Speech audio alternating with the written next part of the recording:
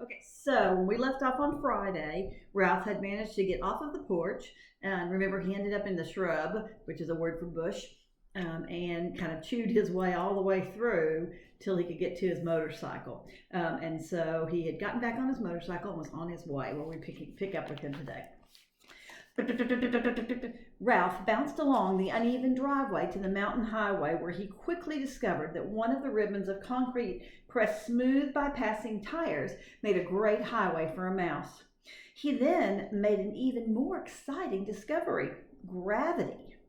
Gravity, have you all talked about gravity in science? I bet. Gravity is what keeps things on Earth, so it keeps things from just flying up in the air. With a good fast start, he could coast downhill with amazing speed.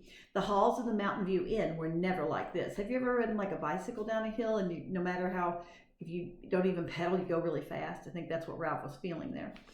Ralph sped through the night.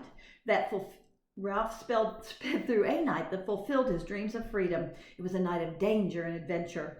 Once, when Ralph was frightened by the headlights of an approaching car, he swerved to the side of the road where he and his motorcycle were caught in the backdraft of a passing car and tumbled about like old gum wrappers and tossed into the weeds. Afterwards, Ralph was very alert when he heard a car approaching and got off the road and clung to a weed until the car would actually pass. He was exhilarated by this test of skill. Toward dawn, logging trucks began to rumble down the mountain, shaking the earth as they came. Ralph had never seen anything like it. Terrifying double-tired monsters with logs lashed to their truck beds, barreling down the center of the highway. Then he knew the time had come for him to hide for the day. He ate some dusty weed seeds, drank some dew, slept under a leaf, and started off once more at nightfall towards the sound of the bugle. Between cars and trucks, Ralph tore along down the highway through the shadows of the night. The ride was the freedom he had dreamed of, speed without effort. Once the thought crossed his mind that if he should ever want to return to the Mountain View Inn, he would never make it back up the mountain under his own power. What a silly thought. Why would he ever want to go back to the inn when he could travel like this? On the third night of Ralph's journey, as darkness faded and the pine trees gave way to the scrub oak, Ralph found himself out in the open where there were no sheltering shadows. A milk truck rattled past on its way to the Mountain View Inn. Blackbirds greeted the dawn with bursts of gurgling song, and not far away a rooster crowed. A pheasant flew low across the road, startling Ralph and causing him to collide with a piece of gravel. The road, which now followed an irrigation ditch, had leveled off, and Ralph had to produce his own power. As Ralph putted along his motorcycle, daylight made him uneasy. He was looking for a place to hide when the notes of the bugle, so close he felt as if they might shatter him, burst forth in the lively morning. So what does that mean? He's close to where? Yep, he's close to the camp. Let's see. I lost my place, sorry. Before they died away, laughter and shouts filled the air. Medium-sized boys and girls, peanut butter and jelly sandwiches. Ralph had met his destination. Ralph wished old Matt could see him now as he rode off the road and bounced into a gravel lane that crossed a small bridge over an irrigation ditch. Ahead lay a number of low, weathered buildings surrounded by lawn and shaded by walnut trees. Boys and girls were washing their faces in wash basins set on benches. A big brown dog, barking furiously, came bounding towards Ralph, who stopped, frozen with terror. The dog stopped too, so suddenly he nearly sat down in the gravel. He recovered himself and approached, snuffling his wet black nose. Ralph sat with his paws clutching his handle grips in fear, with the horrible black nose sniffed him. "And just who do you think you are?" asked the dog. "Quiet, Sam!" yelled a boy. "Mouse?" Ralph felt very, very meek. Here's the dog. Sam eyed Ralph with curiosity. "Where'd you get the motorcycle?" he wanted to know. "A boy gave it to me." Ralph was beginning to feel slightly braver, but only slightly. That big dog could gobble up a mouse in one gulp. But not if I hang on to my motorcycle, thought Ralph, feeling that his courage had not deserted him entirely. A dog wouldn't eat a motorcycle. "No kidding," said Sam. "A mouse-sized motorcycle. Where'd you come from?" "The Mountain View Inn." "That run-down place?" said Sam. "I'm not surprised the mice are deserting it. Where are you going?" Well, here, I guess, said Ralph. I followed the sound of the bugle. I wanted to be near medium-sized children and peanut butter and jelly sandwiches. Sorry, said Sam, you can't come here. I'm the watchdog of Happy Acres Camp, and it's my job to protect the camp. Oh, come on, said Ralph, who was beginning to see that Sam was not really as ferocious of a dog as he thought. Just a mouse. Sam looked uncomfortable. Obviously, he was a dog who liked to please everyone. I would let you in if I could, but my orders are to keep anyone out who doesn't belong here.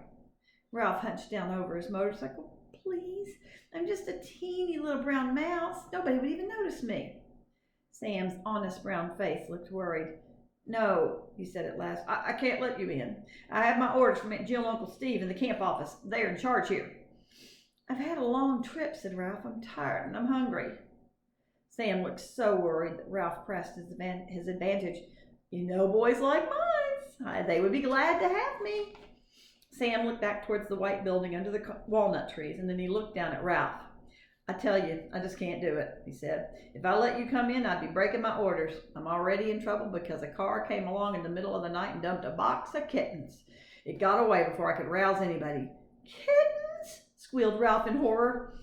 I have the worst time with kittens. Sam's voice was gloomy. People are always dumping kittens here because they know the girls will beg their parents to let them take them home. Very many kittens? Asked Ralph, who was feeling nervous once more. Too many. We already had 3 that belonged here, and the other night 6 more were dumped. And once they're here, I'm not allowed to chase them. I tell you, it's not fair. If one thing I can't stand, it's kittens. Silly little things with no sense of responsibility. Sam's troubles made Ralph feel cocky once more. If you're a watchdog, watch me, he said, taking a deep breath. He shot between Sam's legs and out the other side before the surprised dog could even turn around. Ralph swirled around a green walnut lying in the ground and into a patch of weeds beside a nearby building. Come back here, barked Sam. You aren't supposed to do that. He began to snuffle in the weeds. Ralph had not expected to be snuffled for. He had thought that once he was inside the camp, Sam would give up. Sam growled and moved his nose around into the weeds like a doggy vacuum cleaner. Unable to ride, Ralph pushed his motorcycle farther back into the weeds. The wet black nose parted the stalks, but Ralph was saved by a gopher hole. He dragged his motorcycle into the shelter. Oh, no you don't, growled Sam. He began to dig with his powerful paws. Dirt began to fly, pulling his motorcycle after him. Ralph waded farther back into the loose dirt of the gopher hole. Faster went the paws. Hey, everybody, Sam's after a gopher, a boy yelled, and Ralph could feel pounding on the ground ahead. Go get him, Sam, urged another boy. Sick him, Sam, everyone seemed to be saying at once. You're being mean to the gopher, protested a girl. Several voices began to yell, Go, gopher, go! Faster and faster flew the paws with their strong toenails. Sam was panting now. Ralph pushed farther and farther back until he ran into a gopher with a disagreeable voice ahead of him. And where do you think you're going? Eek! Squeaked Ralph, face to face with the owner of the gopher run. He hastily pushed his motorcycle, which he had been pulling, in front of him for protection. Beat it, said the gopher, squinting at Ralph. I didn't tunnel this tunnel for mice. The digging paws were coming closer. Attaboy, Sam, shouted the boys. Go, gopher, go, shouted the girls. Even the gopher looked uneasy. Please, pleaded Ralph, save me from that beast. The gopher was more interested in saving himself. Already he was beginning to move farther down the run. You can stay until the dog stops digging, but no longer, he said, and he fled off into the network of tunnels.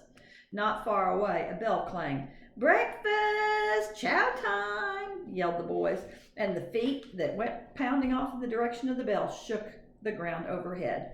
The paws stopped churning, but overhead Ralph could hear the sound of panting. Sam poked his fearsome snout into the gopher hole for one last sniff before he, too, trotted off for breakfast. Whew, gasped Ralph, leaning against the motorcycle. He had pictured camp as a place where boys would bring him peanut butter and jelly sandwiches, not this dark and dusty tunnel inhabited by a grouchy gopher. All right, so we made it to camp on time. Or he made it to camp after all, and now we're going to figure out what's going to happen to him once he gets in there, okay? So come back tomorrow, listen to that. Hope you had a great day, and we'll see you with virtual morning meeting in the morning. Thanks.